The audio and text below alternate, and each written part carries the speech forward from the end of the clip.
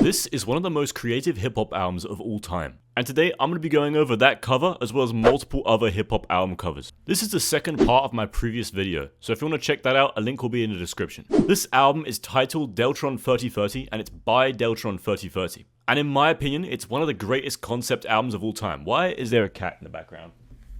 Huh? Stupid animal. Basically, the entire album's concept is that it's based in the year 3030. Which would be 1030 years after the album would come out. The cat's still in my lap, by the way, guys, don't worry. The artwork uses a photo of a structure called the Trilon and Perisphere, and it has a gold filter added to it. So this structure came from a fair in about 1939 to 1940, and it's basically like a massive sphere, and inside of it, there is sort of a futuristic city, which was like intended to give the visitors like a futuristic feel or like sort of a prediction of what the world will be like in the future.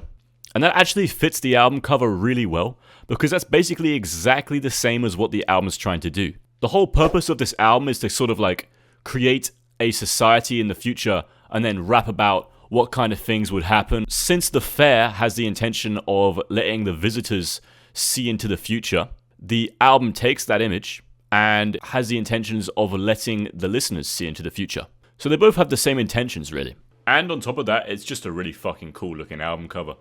Alright, next album we've got So Much Fun. And this was created by the artist Fano, and it was inspired by the Beijing Olympics. And basically, in the Beijing Olympics, people sort of get into like the same orientation, and then they all do like the same repetitive movement to create some kind of pattern. But it was made from 23 images of Young Thug, and the background was cut out of all of them and then slapped onto this kind of grassy plain. There are actually a lot of duplicate images in this album cover, but they're all sort of like spread around, so it's quite hard to notice. Honestly, in my opinion, to this day, I think this is one of the most iconic trap album covers of all time. Now we have Grief Pedigree, which honestly, like, probably nobody knows who the fuck this guy is, man. But this is by the rapper Car, and in my opinion, Car is genuinely so underrated. But basically, this album cover just has a really interesting collage of images. There's sort of like destructive images, like a shark, a bomb, a fucking donkey with a gun on it. I don't know what the fuck that's about. And it also has like random objects like a toaster and a key and a bolt. And I think it's just really interesting to look at, especially since the more you look at it, sort of the more things you actually end up seeing. Also with these eyes in the middle of the album cover, just sort of like representing something, but I have no clue. Now, Car is a very fucking poetic person, so I'm sure there's probably a very deep meaning to this cover, but at the moment I have no clue what any of it means. If anyone in the comment section knows what this means, please tell me, because I'll be really interested to know. Next one is Bizarre Ride 2 by The Far Side. This one is like sort of just a fun and comedic comic of all of the Far Side members on like a massive fucking roller coaster. And if you look closely, they are riding into a vagina.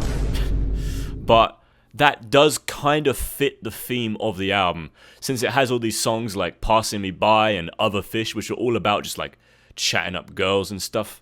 I think since they're portrayed as cartoon characters, it actually fits the album really well. Because in a lot of their songs, they kind of just rap about stories or like monologues. And also, maybe this is mean, but since their voices are kind of like pretty high pitched, they do sort of remind me of cartoon characters. This is Kanye West's favorite album, by the way, so if you haven't heard it, I don't know what's wrong with you. Next one, okay, I lied. This is not an album cover, it's a single cover, so get fucked. This is Exhibit C by J Electronica. This is a fucking incredible cover. Like, the picture just goes so insanely hard.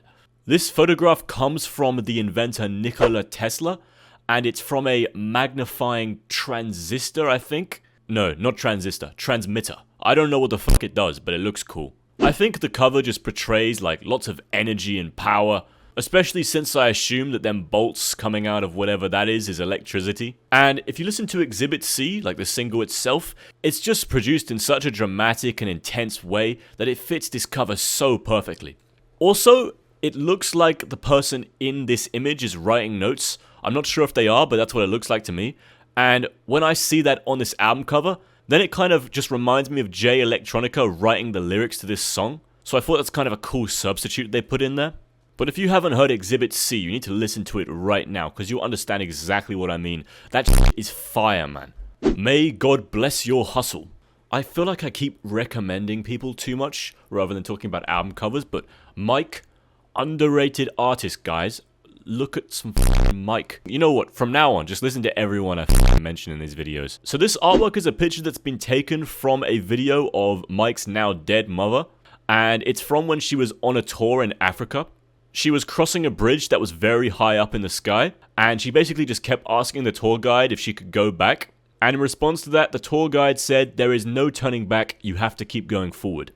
Which is very poetic of the tour guide.